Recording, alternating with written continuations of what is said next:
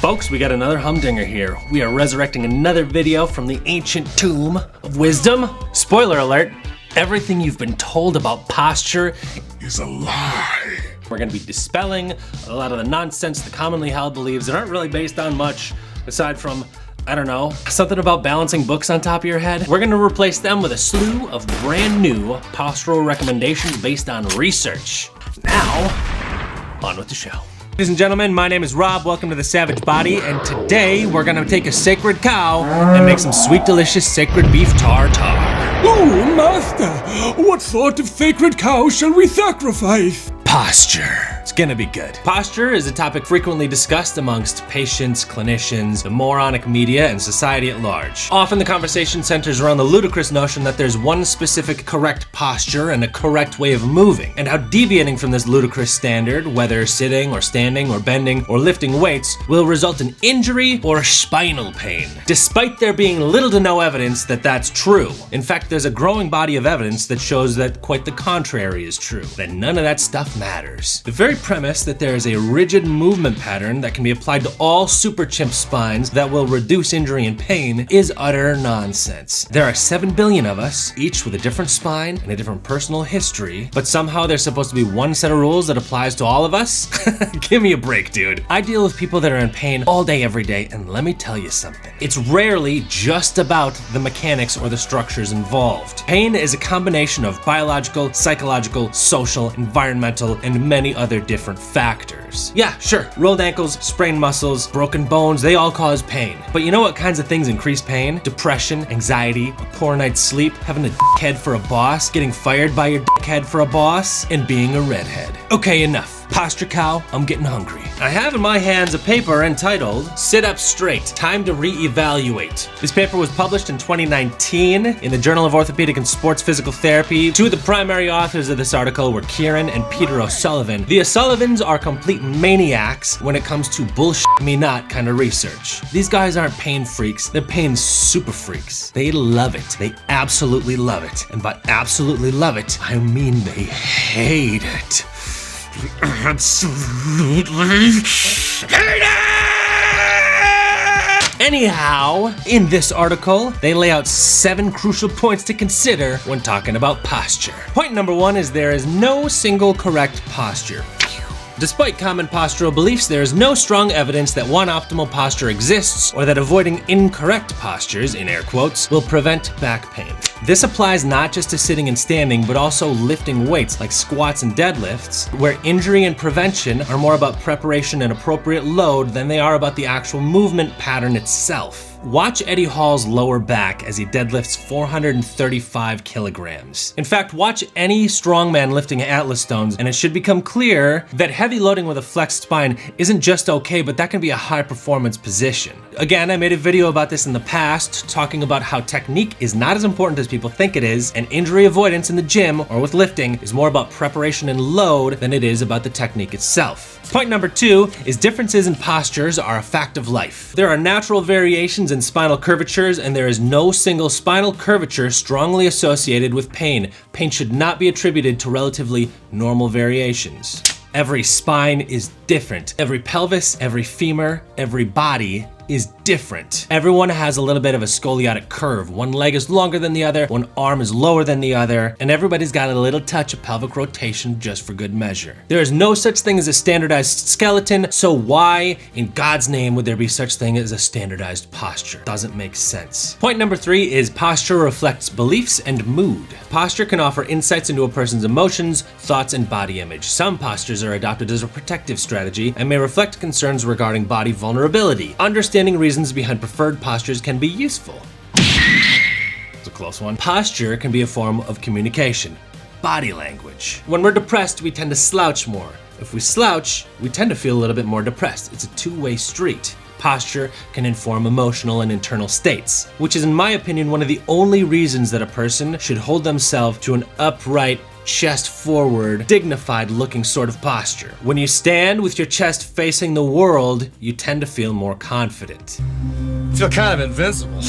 It's not necessarily going to reduce the pain in your back or anything like that. It's not a postural ideal, but Understand that your posture does have an impact on your internal state. Observing posture can be a valuable way of gaining information into a person's internal status. So as a clinician or an observer of the human condition, looking at another person's posture can be informative. It can tell you how they feel, it can tell you what they think of themselves. It can tell you how they're engaging with the world. Point number 4 is it is safe to adopt more comfortable postures.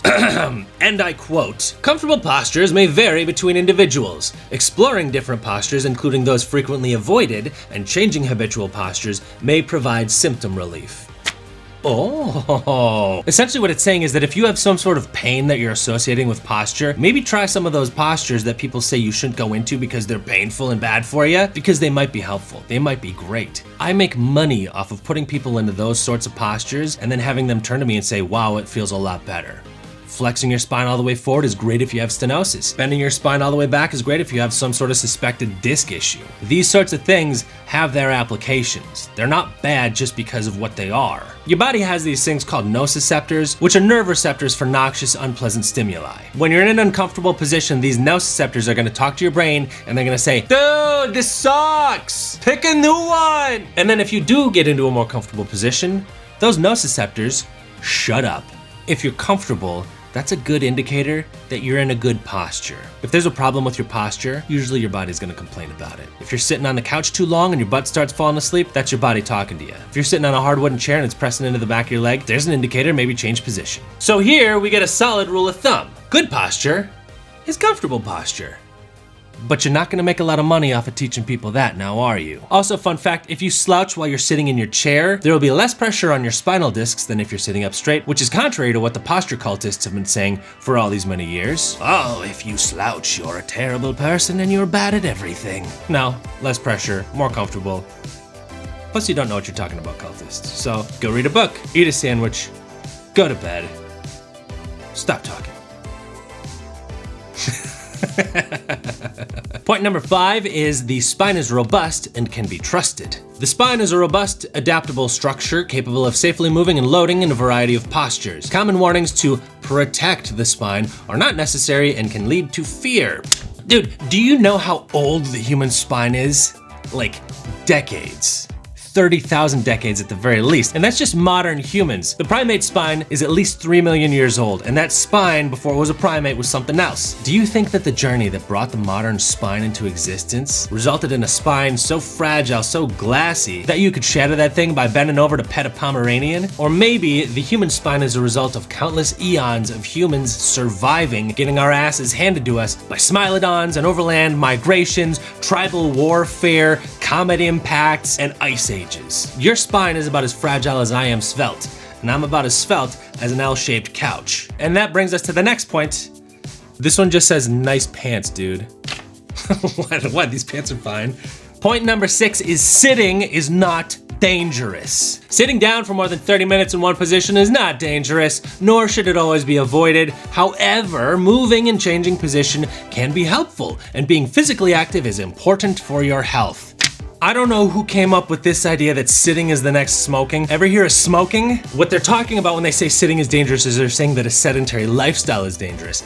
I don't disagree with that. But when you tell people that sitting is dangerous, suddenly people are looking at this completely normal and completely safe activity like some sort of jigsaw puzzle. I'm not talking about the fun kind that you do with grandma. I'd like to play a game with you.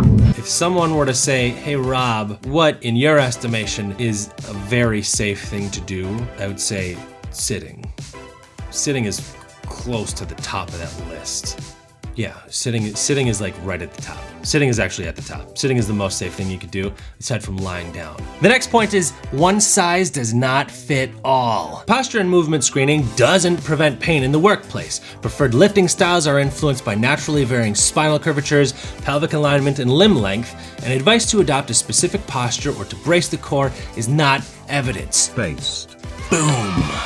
What they're talking about here is ergonomics, and essentially what they find in the research is that if you apply ergonomic principles to lifting and workplace activities, that doesn't prevent injury and it doesn't prevent pain. That's just the way it is, because pain is a much more complicated thing when you look at it in light of what humans are. we're complex, we're weird, we're all over the place. You can't apply a standard of any sort to all humans. It's not gonna fit. It doesn't work that way. Everybody is different. Every body is different. Look, there's a couple of reasons that these cultish postural beliefs still exist today. A lot of this has to do with momentum. They say progress is made one death at a time, which isn't saying go out and kill people to make progress. Although the communists during the Great Cultural Revolution sure did take that literally. What that's saying is that people are reluctant to change their beliefs, even in the face of overwhelming evidence that their belief system is wrong. On top of that, there are countless postural doohickeys and devices that people are selling and making a living off of. Posture is very technical. You should hire me. You should buy my book. You should buy my doohickey. You could hurt yourself having good posture. It's very technical. You should buy my book. You should buy my supplements. I got this device over here. I'll sell it to you for $400. But buy it. To buy my stuff. If you were making a living selling things that didn't work, and that money was putting your kids through school, was keeping them fed, was keeping you in a house, was keeping your car in your garage, what would you do? The pressure to continue selling those things would be immense, and odds are you'd keep selling them. You'd find a way to rationalize it and you'd keep selling them. I get it, we're humans, we're a fallen race. We ain't perfect. And there's also educators and ergonomists that make a living doing this too. Rather than selling a thing, they're selling the idea. They sell education, they sell their services, they sell their expertise. But without their expertise, if suddenly they looked and saw the evidence and realized that their expertise was a fortress built on sand, they'd suddenly become not just a nobody, but a fool. And not just a fool, but a harmful fool that has been teaching people to think of themselves as fragile. There's not a lot of egos out there that could survive that sort of a beating, and so most people just aren't gonna look at the information. And so as a result, these goofball, cultish, postural beliefs persist to 2021 despite the evidence. Which is unfortunate because teaching people these sort of broke-ass, cultish, postural ideals is harmful. It teaches people to be afraid of their spines, to be afraid of movement, and so instead of being like a limber monkey creature that's got this joy of movement, they're moving around like 1989 Michael Keaton. Tell all your friends about me. I'm Batman. That's some good ass Batman. Teaching people to think of their body as fragile and injury prone and just this disintegrating lump of tissues is bad juju. And it makes you one of the bad guys. You don't want to be one of the bad guys. You don't want to be working on the side of chaos. Okay, Rob, what's good posture then? It's been said that the best posture is the next posture, which is to say that posture is a dynamic thing. Good posture is comfortable posture, is mobile. If you're uncomfortable in your current posture, move. Good posture is not like stone. Good posture is like water. Be formless, shapeless, like water. Be water, my friend. Okay, folks, that's all I got. Before we go though, let me mention that I got some new stuff in the merch store, and it is very sweet. Buy something. Or not, doesn't matter to me. Remember, I'm here to help, and I'm in my office all day, every day. If you have questions, concerns, comments, send me a message, leave a comment down below. Otherwise, if you could do me a solid, do all that social media stuff, I hope you have a lovely day, and I mean that. I'm out of here. Enlighten the mind, elevate the spirit, and make savage the body.